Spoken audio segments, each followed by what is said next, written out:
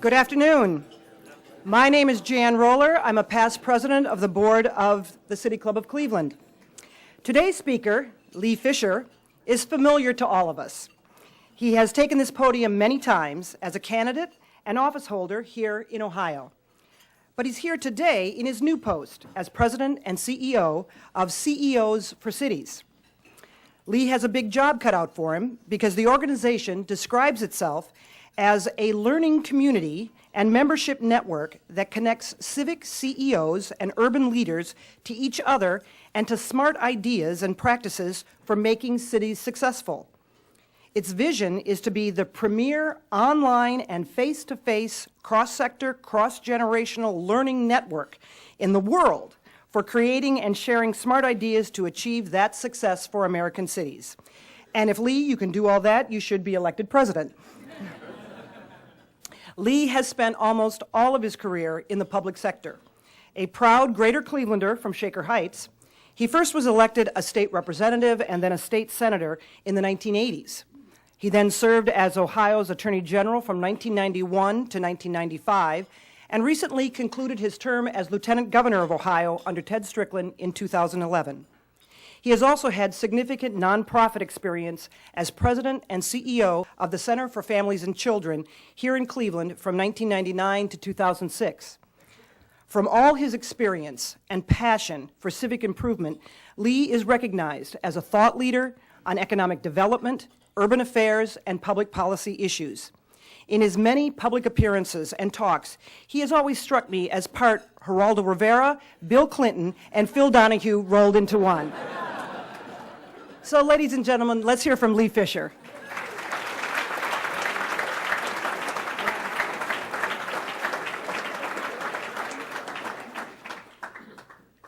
First of all, being introduced by Jan Roller is a special treat because she was supposed to be out of the country, and she is, along with Dave, one of our best friends, and so it's an honor to be introduced by such a good friend. Since you mentioned Bill Clinton, I think it's important to say right now that tomorrow's my 33rd wedding anniversary to the same person. And I love Peggy Zone Fisher very much, and I love Bill Clinton, but nonetheless, I think I'm not following in his footsteps in every respect. If you're watching today's forum on television, I would appreciate if you would run to the bathroom, grab a beer, and sit down.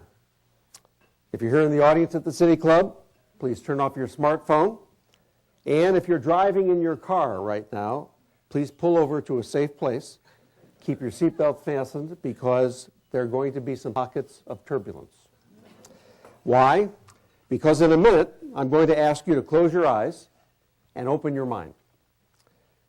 Please turn off your healthy skepticism switch, or at least put it on silent for a few minutes. I'm going to unveil today the secret sauce for city success. I've never done this anywhere, but I wanted to do it today in my hometown of Cleveland. I've discovered this sauce after having visited more than 100 cities and towns in Ohio, and in the 18 months I've had the honor of being in the position over 40 cities around North America. The secret sauce, or as Steve Jobs might have called it, the eye sauce, is under this silk to my left. Those of you on the right and those of you who are driving right now cannot see it, but it's a beautiful silk, and much like a Steve Jobs presentation, there is something very interesting underneath. I'm going to show you the first of two secret treasures that together when combined make up the city secret sauce. And I will unveil the second treasure in about 25 minutes. The first one, this is my Marco Rubio imitation. Some of you got that right? Okay. The first is something that is the most valuable book in the Zone family. This right here was taken out of a safety deposit box about 1 hour ago and will go back into the safety deposit box in about 2 hours. But Councilman Matt Zone was nice enough to bring it today, so I could use this to show you one of the secrets of city success. This is Mike Zone's diary when he was a prisoner of war in World War II. Mike, after he was liberated, came back and rarely talked about his time as a prisoner of war. And it was only until after Mike died that Mary Zone, who many of you knew as well, who followed in his footsteps in the Cleveland City Council, pulled out of the closet this book that she had never, up to that point, shared with the 9 Zone children. This is a remarkable book. It's been shown in the Western Reserve Historical Society, and you can still read 99% of the words. And we often wondered how Mike Zone survived when younger men and stronger men and healthier men did not. But when we read the book, it became very clear. Let me read you some excerpts from this particular diary. Never will waste of food occur in my house. My personal favorite, who knew, because if those of you I think you know his own family, Italian Catholic, he says, love Passover cake, kosher salami, bologna, pastrami, and matzahs. Swear to God. Had no idea he'd have a Jewish son-in-law. This is also one of my favorites. Open hamburger stand on Detroit, specializing in hot dogs. I don't really get that. Prospects in business, air conditioning, radio, ice boxes. Delawana Inn, parentheses, honeymoon. You see, right after Mike and Mary got married, he went to war. And not long after that became a prisoner of war, so they never took a honeymoon. And here, according to this, they were going to the Honey Harbor, Georgian Bay in Ontario, Canada. Have a mass said once a month for Dad. Take my mother out on a date. Notice, not his wife. Take my mother out on a date, a must. Let her decide where. But the most remarkable thing about this diary are the recipes. All throughout from a man who loved to eat and had no idea how to cook. But so intricate on a vast variety of foods that Mary Zone actually used those recipes years later. And the stories of the 9 children, Beth Zone, Matt Zone, and other Zones, including my wife, Peggy, were talked about in that book, and yet he didn't have any children and had just been married for a little while. How is it that Mike Zone survived? It's because he could see beyond the cruelty of the guards. He could see beyond the barbed wire. He could see something that many of the other men could not, and that was his own future. When I was Attorney General of Ohio, I had the honor of being able to travel to many of Ohio's prisons. And I met young men and women who had no vision of their future. For them, prison was a land beyond pain.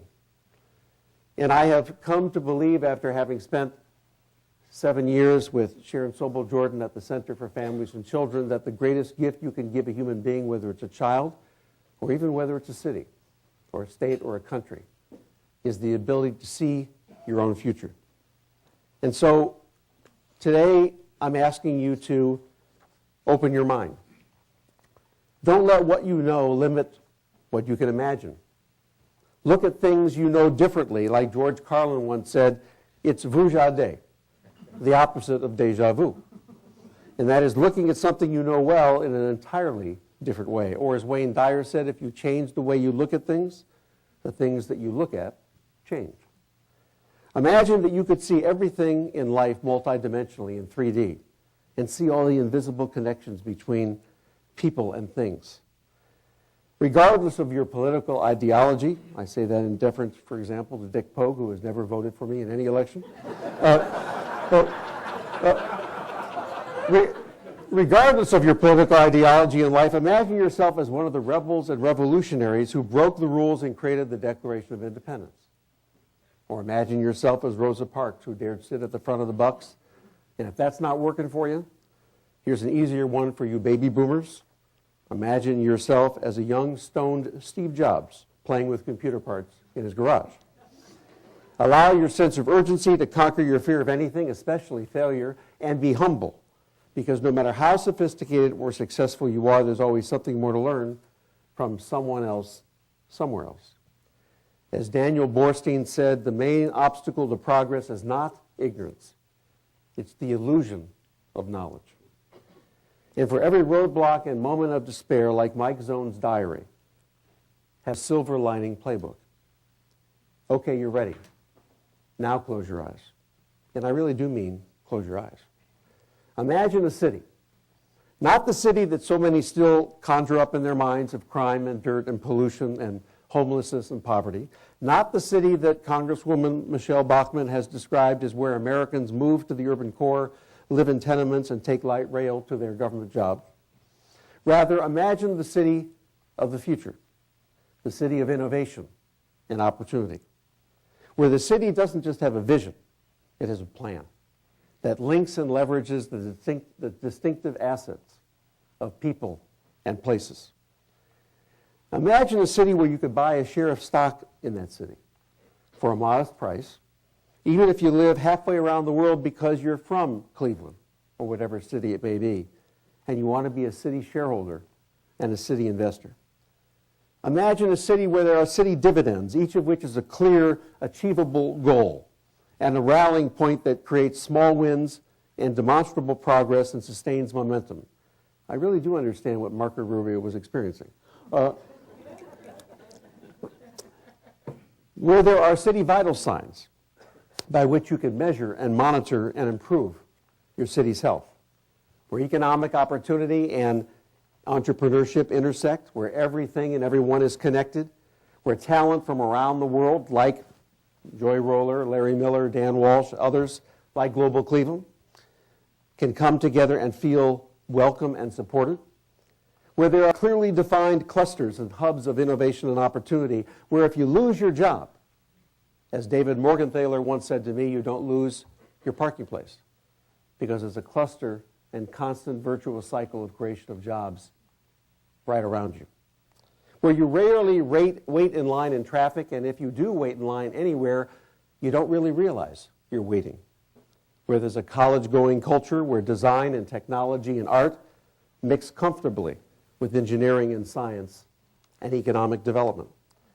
Where each neighborhood has its own distinctive blend, where every neighborhood is knowable and walkable, as they say in Portland, where you can buy a quart of milk without having to spend a gallon of gas, where you can get on light rail, a bus rapid transit, Joe Calabrese, or a bike and go from one neighborhood to the next safely and effortlessly 24/7, where the waterfront is more at the center of gravity of downtown rather than the edge of downtown, where there are multiple transportation corridors, where the sports stadia or stadium and the convention centers are connected to each other and are linked to an enclosed pedestrian connector that allows guests to walk to 12, 15 hotels and to scores of restaurants, where retail spaces are more of an experience than a destination.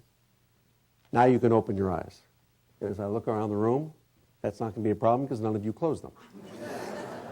Note that I did not mention any new technologies. There's a reason for that. The reason I didn't mention any new technologies, even though we know that they will be invented for the city of future, is that that's really not my point. I didn't describe the city of the future just now. I described the city of the present. Because in cities throughout the world, all these things I mentioned and more are either being done, in the process of being done, or are within reach of being done within a matter of months or years. Now, yes, so far, no one city, whether it's Singapore or Barcelona, or whether it's Cleveland or Portland, is doing all these things at the same time. But Einstein once said that your imagination is the preview of life's coming attractions. I have humbly modified that to say imagination is also a preview of what you're capable of doing today.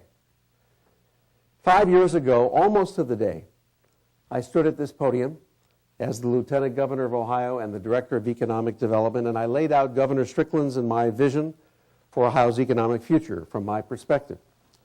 And I spoke about Ohio's first ever economic development strategic plan, but it really was more of a story.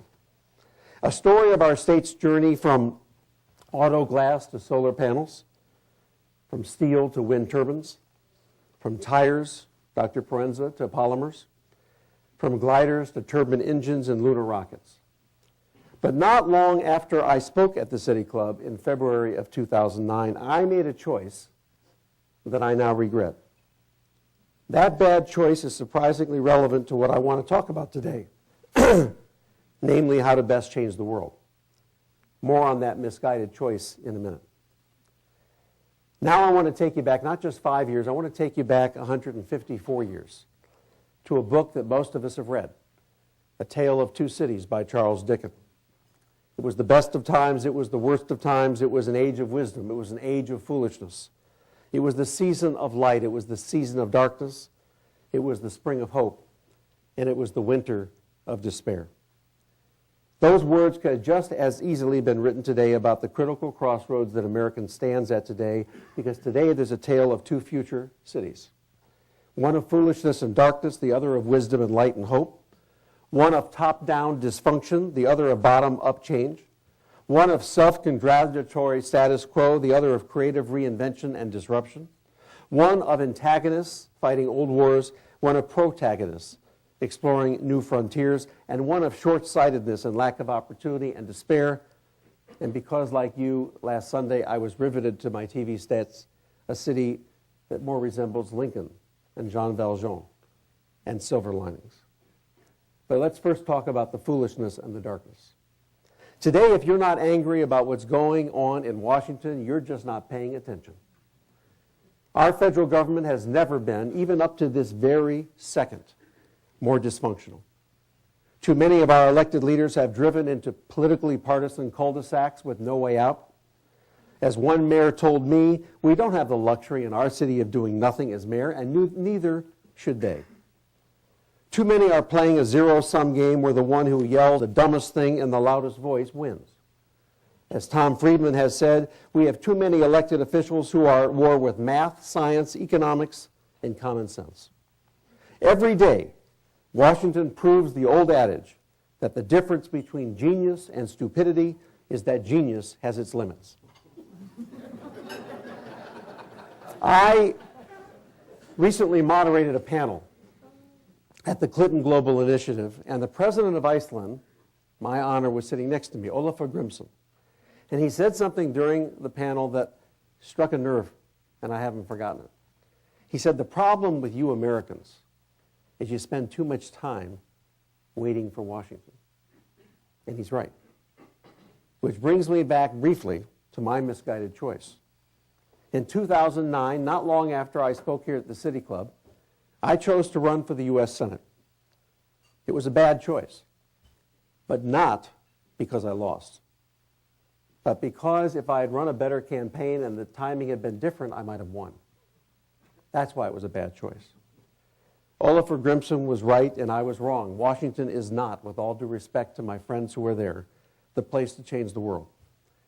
Tip O'Neill famously said that all politics is local. Well, I've come to believe that all change is local too. As former Indianapolis Steve Goldsmith told me recently, government operates vertically, but people live horizontally.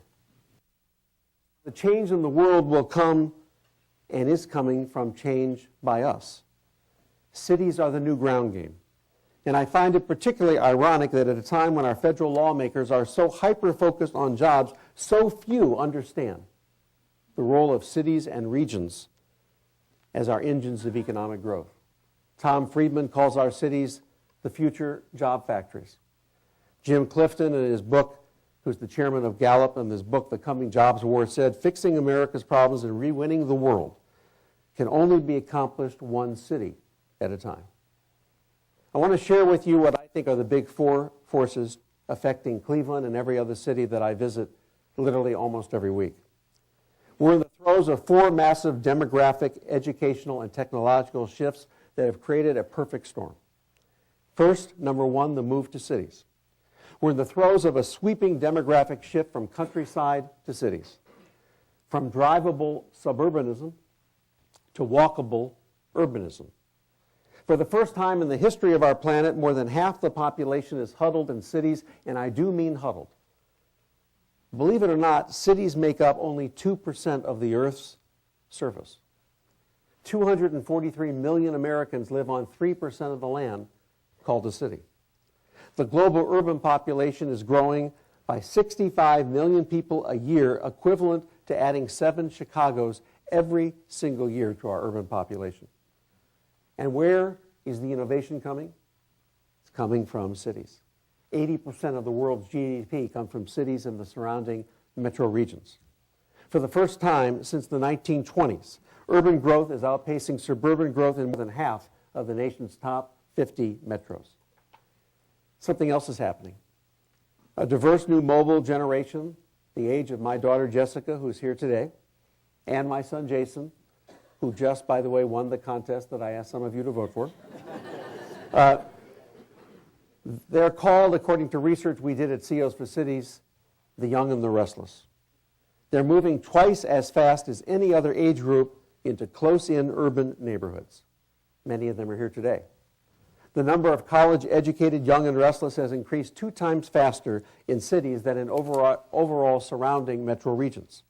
Here in Cleveland, all you have to do is go to Tremont or Ohio City, University Circle, Cam's Corner, Edgewater, Old Brooklyn, and don't worry, Matt, I haven't forgotten, Detroit Shorewave, and you will see young people. But you know where you'll see them most these days? Thank God, downtown. Just in the last decade, 2,000 of the young and restless have moved to Cleveland. And there are hundreds, and I mean hundreds of people on waiting lists right now to get into housing in downtown Cleveland. That is a good thing. But it also, another shift that a lot of people don't know about affects people like me, and many of you as well. 1.5 million Americans will be turning 65 every year. I've got a ways to go, but not that far. Quadruple the rate a decade ago. These retiring boomers, or as I call the retiring and the restless, will overwhelm families of child-rearing age. Of the 100 million new households expected to take shape between now and 2025, get this, 88% will be childless. So what does that mean? It means that more and more people, especially the young and the restless and the retiring and the restless, want to be in a place where they can walk for that quart of milk. They want to not spend the average that we spend today in traffic in America of 13 hours a year. The second big force is what I call global schmobile. Or another way of saying it, the power is local. The great paradox of globalization is that local has never been more important. When Tom Friedman wrote The World is Flat, there was instant declarations that distance is dead. It didn't matter where you live or where you worked. But all the city experts that I know about, people like Michael Porter and Ed Glazer, Enrico Moretti and Richard Florida, have all concluded that that's exactly wrong. Geography matters more than ever. In innovation, a company's success depends on more than just the quality of its workers. It depends on the critical mass of the entire ecosystem that surrounds it. It's well known that college graduates make more than high school graduates, but here's a fact that is not well known. And that is that where there are concentrated geographic clusters of companies and knowledge centers, college graduates make 50% more than college graduates who work in the areas without the innovation clusters. And here's even more interesting. It's the same for the unskilled workers who don't have a college education. In other words, brain hubs pay higher average salaries to unskilled and lower skilled workers as well. That's why the Boston Innovation District has taken a different approach than a lot of cities. I went there, we held our national meeting there last fall, and I was talking to the mayor, and I said, Mayor, what kind of industries are you trying to attract? Because my economic development experience was that what you try to do is you try to focus on your assets and bring in polymer companies or bring in biomedical companies if you have a Cleveland clinic. And he said, we're not doing that. And I said, that doesn't make any sense. Why? He said, I'll tell you why. Because the real key to bringing jobs to Boston, he said, is innovation no matter what the company is. So yeah, if we have a particular strength, we'll focus on it, but what we're really focusing on is brain hubs and let anybody come in any industry because that's what will produce the jobs. You know, we're hardwired to connect and to collaborate, and there's a controversy right now going on with Marissa Mayer, the new CEO of Yahoo, who recently said she wanted most, if not all, of her employees to come back to the office and work. Now, it's controversial, and I would argue that you need to be more flexible. My guess is she probably is more flexible than the media reports suggest, but she does have something absolutely right, and that is the research is clear The more face-to-face connection and collaboration, the more innovation and productivity. That's it. And that's where cities have the huge advantage. It's what Jane Jacobs, who is considered the foremost urbanist of our time, called the sidewalk ballet, where you run into people not just on purpose, but by accident. Here's a little-known fact. Albert Einstein visualized his theory of relativity not isolated at home, but while taking a ride to the city on a subway. That's where I've gotten most of my mathematical formulas as well. Now, the third shift is the technology earthquake. Get this. There is more information today generated every 2 days than all the information ever generated from the dawn of civilization to the year 2003. Pretty amazing. More information crosses the internet every second than the entire internet stored just 20 years ago. And here's something you've heard if you've heard me speak before, but I like to talk about it because it's true. There are more text messages sent every day than there are people on the planet, and 42% of those text messages are sent by one person, my daughter, Jessica Fisher. Our daughter. When Tom Friedman wrote his book, The World is Flat, believe it or not, that was the old days. That was 2005. That was a lifetime ago. Why? When he wrote The World is Flat, Twitter and Facebook didn't exist. 4G, that was a parking place. LinkedIn, that was a prison. And apps were what you sent to college. As Wayne Gretzky once said, when asked what made him a great hockey player, he said, "Hey, I just learned how to skate where the puck is going, not where it is." And if you don't think that applies today, just ask Kodak, MySpace, Palm Pilot, BlackBerry, and Blockbuster, to name a few.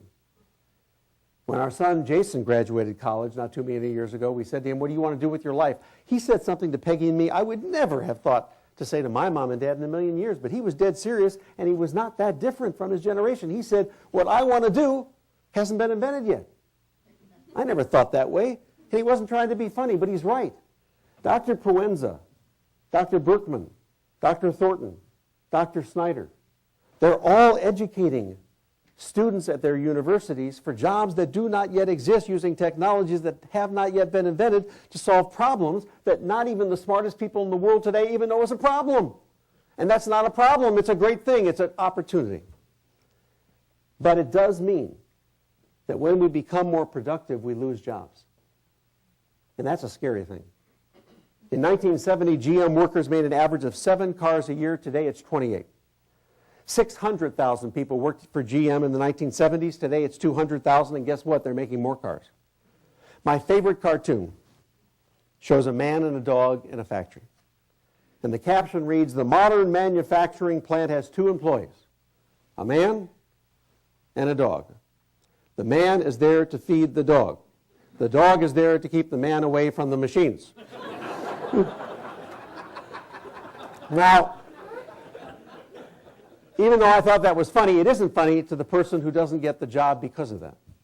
In a world of trains without conductors and tractors and cars without drivers, where entire employment categories like travel agents and bank tellers and telephone operators and secretaries and utility meter readers are being eliminated, where things like wristwatches and blind dates and cash are fast becoming something of the past.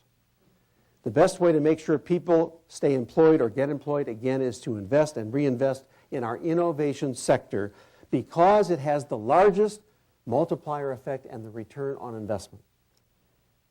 Here's something interesting. 2/3 of the jobs in America are not innovation jobs. They're service jobs. Only 10% of the jobs in America are innovation jobs. But if you want to grow the number of unskilled and skilled workers, if you want to grow your service sector, the service sector is not the cause of economic growth, it's the effect of economic growth. You invest in your innovation sector. For every new high-tech job in a city, 5 additional jobs are created outside the high-tech sector, both skilled and unskilled. So what happens in the innovation sector determines the salary of many Americans, whether or not they work in that sector. I am running out of time, and that concerns me greatly because I am less than halfway through the speech. So I have a dilemma. For those of you who are still pulled over and are listening to this on the radio, for those of you watching on TV, you're probably thinking, what will he do next? I don't know myself, but I'm going to skip some pages, and I'm going to do this. I'm going to unveil what's under this cloth, because to me, you deserve that before my time is up. So I'm going to go now to the second treasure that makes cities truly economically successful. What is that? Well, it brings me back to the secret sauce to city success. Can I have a drum roll from somebody? Another drum roll just here. Thank you very much. We had that planned and you screwed it up. Okay. Well, for those of you who can't see this, my wife pulled down an app. It's a drum roll. It never occurred to me all of you were going to go like this. You couldn't even hear it. Okay. Okay. Anyway, here it is. Anticipation. This is Cleveland's secret sauce. Now, you're probably wondering what is in this Cleveland sauce. Beth Zone will be selling them this afternoon. But let me tell you what's in the secret sauce. It has 4 main ingredients, and you'll never forget what they are after I tell you today, because unlike most things that people talk about, I spell them out so you can remember.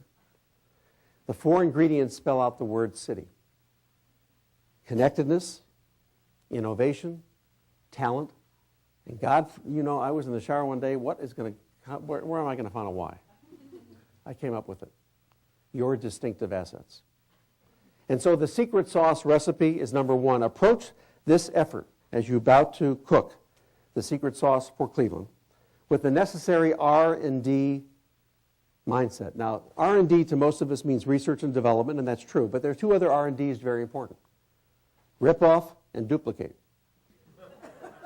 Meaning, there's nothing wrong with finding out what other cities are doing and either duplicate or customize them. Everybody does it. Everybody should do it. And number 2, reinvent and disrupt. Because as soon as your strategic plan is done and the ink is dry, there's a sell-by date, and it's going to be out of date much faster than ever before. Number 2, start with connecting your physical, human, and social capital. Number 3, add some innovation and ecosystems of entrepreneurship and opportunity. Number 4, develop, attract, retain, train, deploy, employ talent from throughout the world and create brain hubs. Number 4, add city dividends that show progress and create small wins to sustain momentum. Stir until the flavors have reached your city's distinctive blend. And for best results, engage what is called collective impact. In other words, go into the kitchen and work with people from all generations and all sectors. And it's finally ready to serve once you have linked and leveraged your distinctive assets of people and place. More to come. Stay with us if you're pulled off on the shoulder.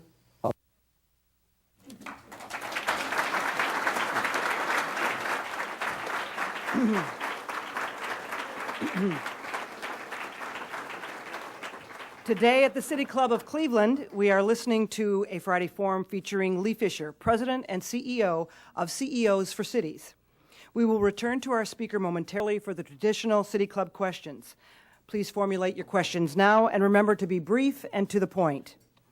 We welcome all of you here and those listening to 90.3 WCPN Idea Stream, WCLV, WTAM, or one of the many radio stations across the country. Our television broadcast partner is WVIZ PBS Idea Stream. Television broadcasts of the City Club are made possible by Cleveland State University and PNC. Our live webcast is supported by the University of Akron. Closed captioning of our programs is made possible by the Nordstrom Corporation. We welcome guests today at tables hosted by Baker Hostetler, Case Western Reserve University, CEOs for Cities, Cleveland State University, Sisters of Charity Health System, and Thompson-Hein. Thank you for your support. Today we welcome students from Gilmore Academy. Student participation in today's program is made possible by the Charles E. Spar Charitable Trust. Will the students please stand and be recognized?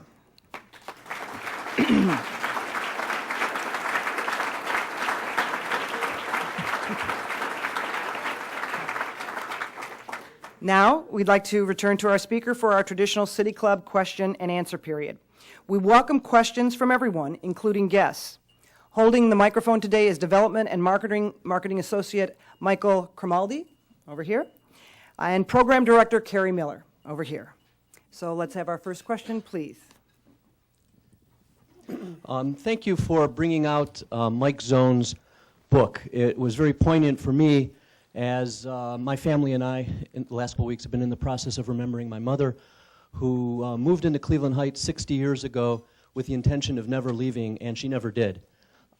What can you tell people who love the place where they live, inner ring suburbs like Cleveland Heights and South Euclid, about how to, something specific about how to help people embrace change as it happens, help to improve the change, and build the cities where they are rather than looking for other places? Thank you, Marty. First, I want to say to you that with regard to all the questions that I'm asked today, I'm going to employ a technique that I learned from 20 years of public office. I'm going to say what I want to say regardless of what you ask. But I will try in the process to nonetheless answer your question. So first I want to say that this is the recipe that each of you will be getting as you leave. It'll be in the lobby, and you'll also be getting, don't worry, Marty, I'll get to it. And you'll also be getting a copy of City Vitals, which is our research on those 4 ingredients that I talked about. Marty, with regard to your question, first let me acknowledge that when I say city, the truth of the matter is, although I focus primarily on the core city of Cleveland, the future of Ohio rests upon the region every bit as much as the city, and the region includes all the suburbs, particularly the first inner ring suburbs, because we're all in this same boat together. I just happen to believe that you look at it in 2 different ways. You can look at it from the outside in, like I used to as Economic Development Director of Ohio, or you can look at it as I do now from the inside out, and the way I see it now is that that region health, whether it's South Euclid or Shaker Heights or Cleveland Heights, or whether it's Bay Village or Westlake, depends almost entirely, not entirely, but almost entirely on the health of the city of Cleveland. Because if we help Mayor Jackson do his job, and we help our team here today and others who are focused on the core, it's not unlike physical fitness. If your core is in shape, pretty good chance that the rest of you will be in shape too. There's another thing happening today in America, which is the 4th challenge that I did not have a chance to talk about, and I'm going to talk about now before we get to the next question. And the 4th and final big shift is the value of education. It matters more than ever. As American workers are increasingly sorting along educational lines, Enrico Moretti, a professor at Berkeley, wrote a book called The Geography of New Jobs. And he says that America is experiencing what's called the Great Divergence. We are separating into 3 types of cities. The brain hubs, and those would be the ones you probably guess, like Boston and Austin and San Francisco and Portland and Seattle. A third group, I'm going to get to the second in a minute, that are spiraling, that depended for so long on manufacturing and didn't diversify that they will have a very, very, very difficult chance of ever coming back. And then the third group, and these are the group of cities that I work with most of the time, including the city I still live in, Cleveland. These are the cities on the bubble. They can go either way. They can either move to be a brain hub and get stronger and stronger and stronger, or they can fall off the cliff into a downward spiral that even the smartest leaders can't get us out of. And so there's a sense of urgency right now. Get this. If you measure a city's success by the measure that most economists measure it by, which is average earnings, standard of living, or what economists call, like Ned Hill, per capita income, then I would argue that although there really probably isn't a secret sauce, the closest thing you'll ever get to a secret sauce for city success comes down to one thing. One thing, not 5, not 2, not 3, 1. The research shows that 58% of a city's success, if you measure that success by per capita income, comes down to the level of education of its citizens, particularly post-secondary education, and particularly 2-year degrees and 4-year degrees. That's what Dick Pogue has been working on his whole life, ever since he chaired a commission on this subject. And this is a big deal. It's why we at CEOs for Cities have developed something called the Talent Dividend that says if you increase just by 1%, not 10%, 1%, the educational level of your city and your region as measured by 2-year and 4-year degrees, guess what? You will have a huge economic impact. You know what the impact would be in Cleveland? Valerie, my guess is that Frank Jackson would be over here in a heartbeat if we could tell him that I can guarantee him to bring in a company that will bring in $1.8 million a year in earnings. But that's exactly what will happen if we increase our educational attainment rate of 2-year and 4-year degrees. In fact, here's what's interesting. If you did it in every metro region in the country, $143 billion. So we've developed this thing called the Talent Dividend. Kresge was nice enough to give us $1 million. And there are 57 cities today, including Cleveland and Akron, that are competing for $1 million to show which city can increase its educational attainment rate the fastest. And guess what the beautiful thing about this? Every city wins. Because they're all working together, not so much for the prize, although they want to win it, because they have a goal. And that city dividend is magic. Next question.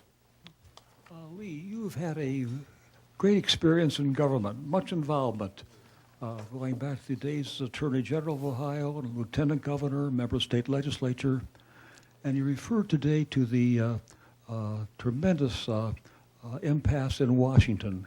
It's rather significant you're here today, which is the first day of sequestration.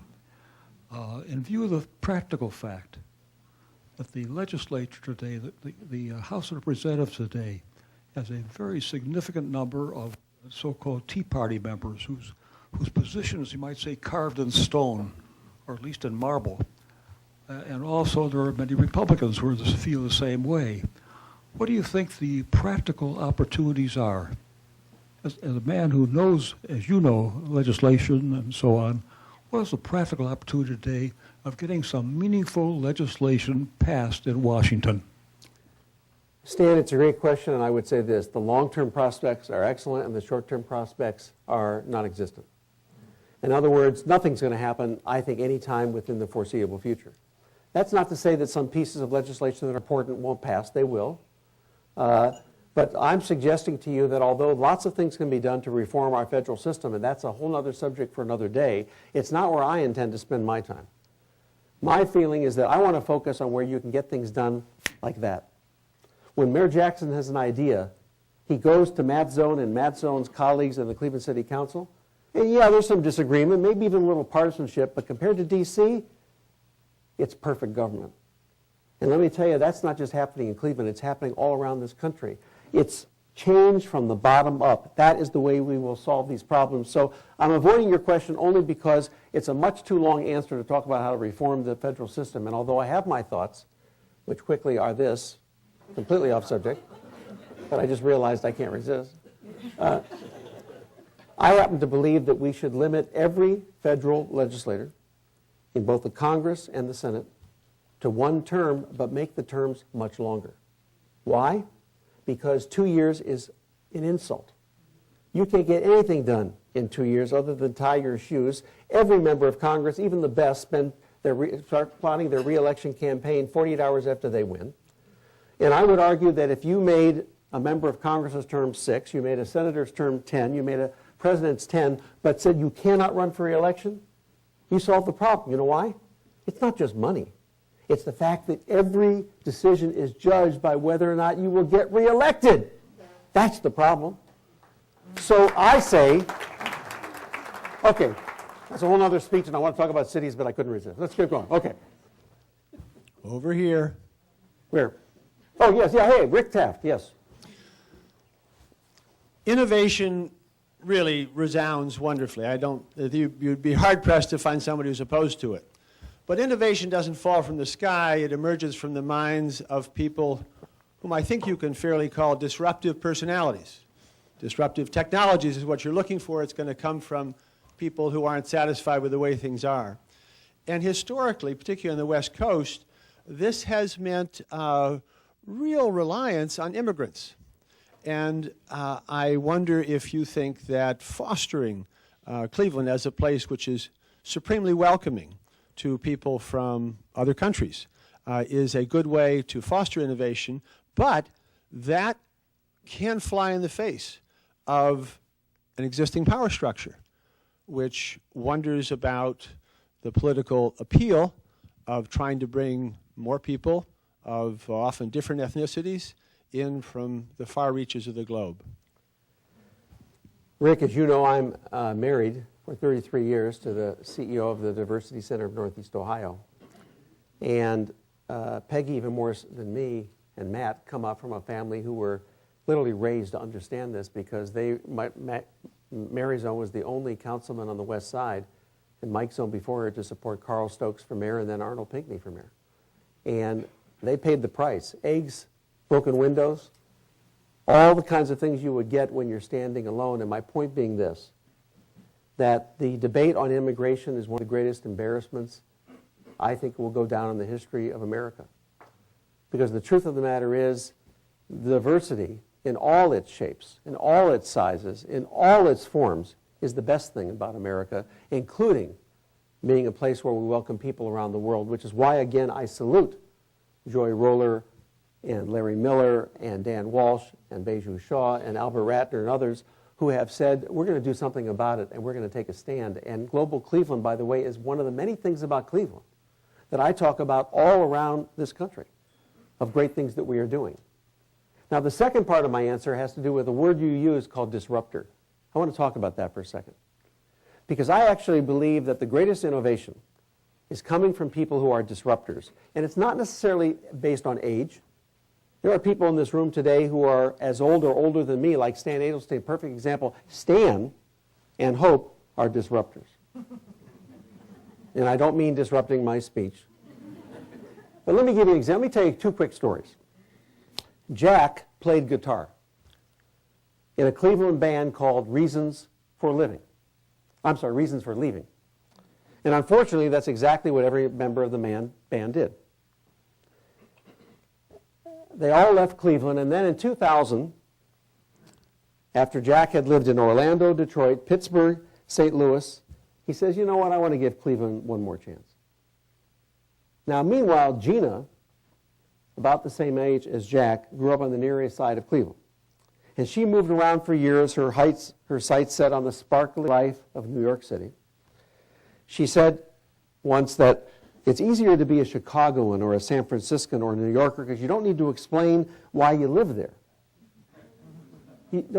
All you have to do is explain why you're working your ass off all day to pay the rent. But one day, as she was ready to wrap up the Cleveland life for good and store it in a memory box, she heard something on NPR about a brain drain in her hometown of Cleveland. And it made her stop and think. Let's go back to Jack for a second. Jack returns home. He decides to give Cleveland one more chance. He buys a house that his grandfather bought in North Collinwood in 1936 for $8,000. He gets together with some Afghan war veterans and decides to start a new organization called Saving Cities. They raised $20,000 to make a film that will debut at a major film festival later this year. And no longer together, that band, if they were together, would now be called Reasons for Staying or Reasons for Coming Back. Now let's go back to Gina. After she listens to that NPR report, something hits her. She's not sure what. She turns her life around. She turns her car around. She comes back to Cleveland. And she says, I can't lie. I was a little nervous at first. Would the city be able to sustain whatever it was I needed in New York? Heck yeah, it turns out. Almost 3 years later, I'm having one hell of a time. Well, Jack and Gina are here today. It's Jack Story and Gina Perdan. They're at that back table. And they are disruptors.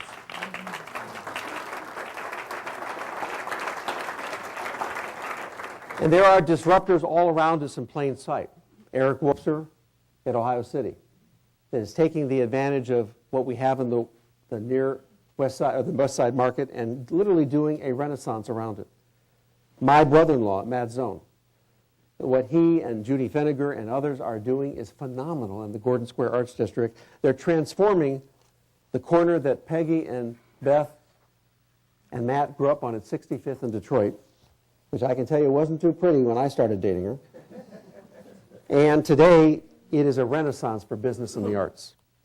Jennifer Coleman, who founded City Prowl, an audio walking tour of Cleveland neighborhoods that can be used according to your own schedule and your own lifestyle. Rachel Downey, the founder of Studio Graphique in Shaker Square, who is fast becoming a nationally known expert on placemaking, wayfinding and branding that invigorates public spaces. Dan Brown, who is what some people call an intentional intern.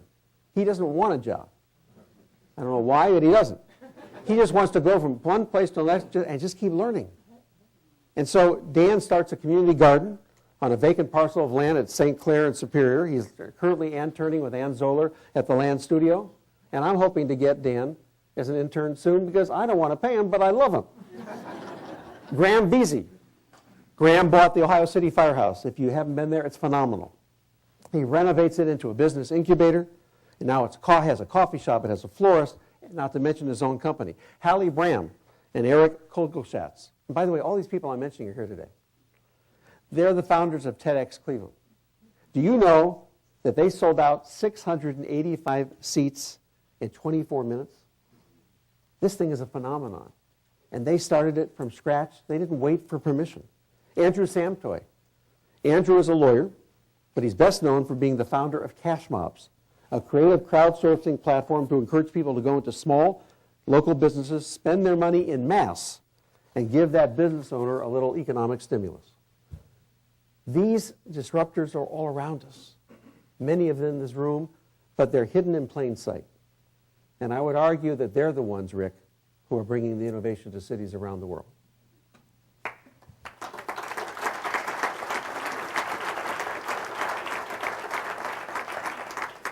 Lee, I'm sure you can understand how delighted we are that you read the Akron playbook. Is there anything recent that you've learned about Akron?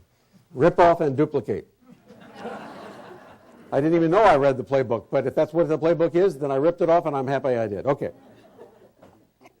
First of all, for those of you who don't know, this is the president of the University of Akron, who, I can tell you, I was in politics for 18 years. I never had the name recognition you do. Given those TV ads, they're phenomenal. And congratulations on 19 consecutive wins for the University of Akron Zips.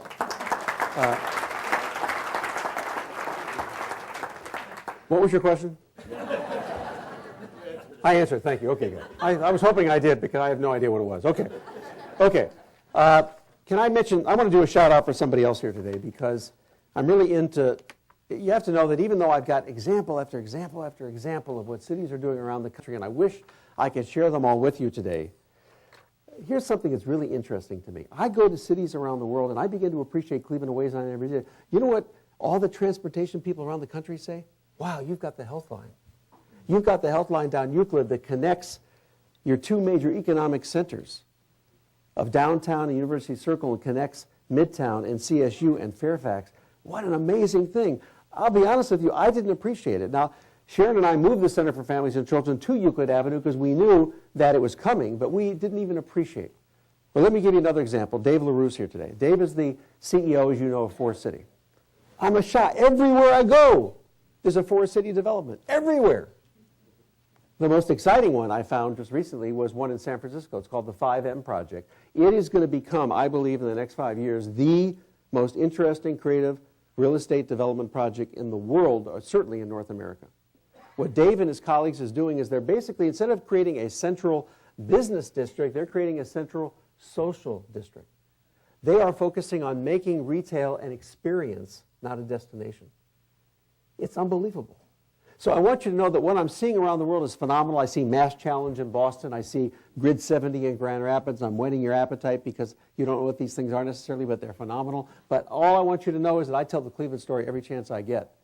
I talk about Ohio City. I talk about Jumpstart. I talk about Global Cleveland. I talk about Healthline. I talk about what Forest City, who many people don't even know is headquartered in our town, is doing that literally makes them the premier real estate developer, I believe, in terms of where cities are moving in the world, not just Ohio, in the world. This is a big deal. But I also want you to know we have a long way to go. We're still on the bubble. We are not in those brain hubs. We're on our way, but we are not there, and so there is a sense of urgency. Done? Okay. Good.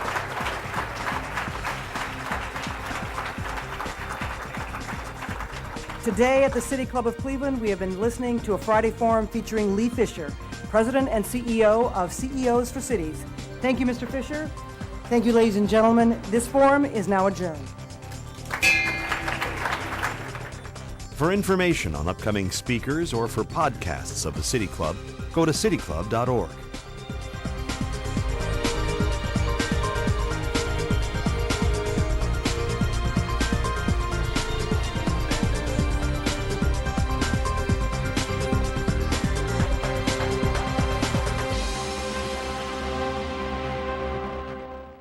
PNC is proud to support the presentation of this City Club of Cleveland Friday Forum on WVIZ PBS.